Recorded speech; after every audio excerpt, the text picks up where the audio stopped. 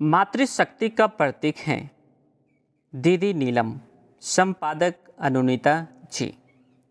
इस कालखंड के प्रथम सेप्सिस हम सबके वरेण्य गुरुभ्राता साहब श्री हेनानंद जी और हम सबकी शक्ति स्वरूपा माँ दीदी नीलम आनंद जी की पुत्री श्रीमती अनुनीता लवली आनंद जी ने कहा, माँ प्रतीक है उस रूप का जो निर्माण करती है, पोषित करती है और विकास करती है। माँ की शक्ति, क्षमता एवं सामर्थ्य असीम करुणा से भरी उस धारा की तरह है जो अपने गर्भ में एक नए अस्तित्व का बीज बनकर रोपने को स्वीकारती है। अपने रक्त से उसे पोषित और विकसित करती है। जब भी हम शक्ति की बात करते हैं, एक स्त्री का ही स्वरूप सामने उभरता है। उससे भी अद्भुत बात यह है कि उस स्त्री में भी हमें केवल माँ का रूप ही दिखाई देता है। शिव की समस्त शक्तियाँ नारी रूप में विश्व में पूजित हैं। सामान्य जन उन शक्तियों को माँ कहकर पुकारते हैं। अनंत मातृशक्तियों में से एक हैं ममतामयी माँ दीदी नीलम आनंद। वैसे तो लौकिकता में 3 संतानों की जननी आज लाखों आध्यात्मिक संतियों की जननी हैं। इस धरती पर दीदी राजमणि नीलम आनंद के यूँ तो अनेकों रूप का साक्षात्कार लोगों ने किया है, परंतु उनकी ममता और करुणा से आर्द्र माँ के रूप ने सबको श्रद्धा से नतमस्तक होने को विवश कर दिया। 7वें दशक में जब उनके पति साहब श्री हेनानंद जी ने शिव को अपना गुरु बनाया और इस रहस्य को उनके साथ साझा किया, तत्क्षण दीदी नीलम आनंद जी ने भी शिव को गुरु स्वीकारा।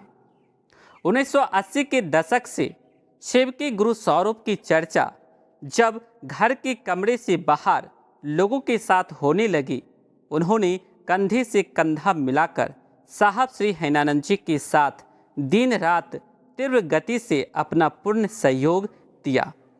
उस समय के गुरु भाई बहन बताते हैं कि शाम में चर्चा शुरू होती थी, साहब के साथ दीदी छाया की तरह निरंतर बैठी रहती।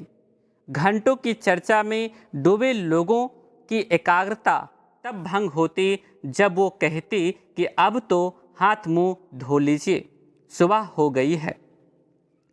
सबके भोजन और विश्राम की व्यवस्था करती दीदी अपने स्नेह और दुलार से क्षण भर में सब में ऊर्जा भर देती। लोग साहब के सामने तो कुछ नहीं बोलते, परंतु जैसे ही साहब कार्यालय के लिए रवाना होते, सब दीदी को घेर कर बैठ जाते। श्री हेनानंद जी गुरु आदेशित कर्म के प्रति जितना कठोर आवरण रखते, दीदी नीलम आनंद उतनी ही कोमलता से सबको लौकिक कष्टों से निर्वित होने का रास्ता दिखाती। साहब अक्सर कहते कि आप क्यों ऐसा करती हैं, दूसरों का कष्ट कम करने में उनका पारबद्ध तो आपको ही भोगना होगा। गुरु शिव हैं, लोग उनसे दया मांगेंगे, परंतु माँ तो माँ होती है।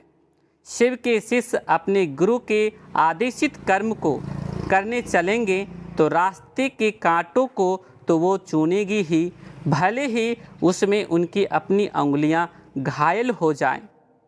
कोई अगर उनके सामने रो पड़ता तो दीदी भी रो पड़ती। एक सरल और सहज प्रेम जो अपने दायरे में आने वाली हर चीज़ को भिगो देती है। अपने छोटे से घर में मानो उन्होंने कोई विशाल लोक स्थापित कर लिया था, जिसमें शिव का नाम लेने वाला कोई भी व्यक्ति आ जा सकता था।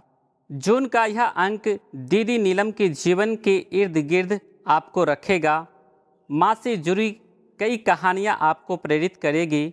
शिव कार्य में उनकी तत्परता आपको उद्वेलित करेगी। दीदी नीलम के जीवन की धूलि हैं हम, बस उनके आशीर्वाद की छाँव में महागुरु महादेव का परिवार रहे, ऐसी श्रद्धांजलि हम अर्पित करते हैं। सभी को प्रणाम भाई बहन। इसे ज़्यादा से ज़्यादा लोगों के बीच शेयर करें, अपने दोस्तों में, अपने परिवार में, अपने गुरु भाई गुरु बहनों के बीच, ताकि वो भी इसे सुने जाने और समझे। चैनल पर नए हैं तो सब्सक्राइब करके जरूर रख लीजिए, ताकि साहब का वाणी विचार वीडियो पोस्ट और मुख्यालय का संदेश सूचना और अनुरोध सबसे पहले आपको प्राप्त होगा।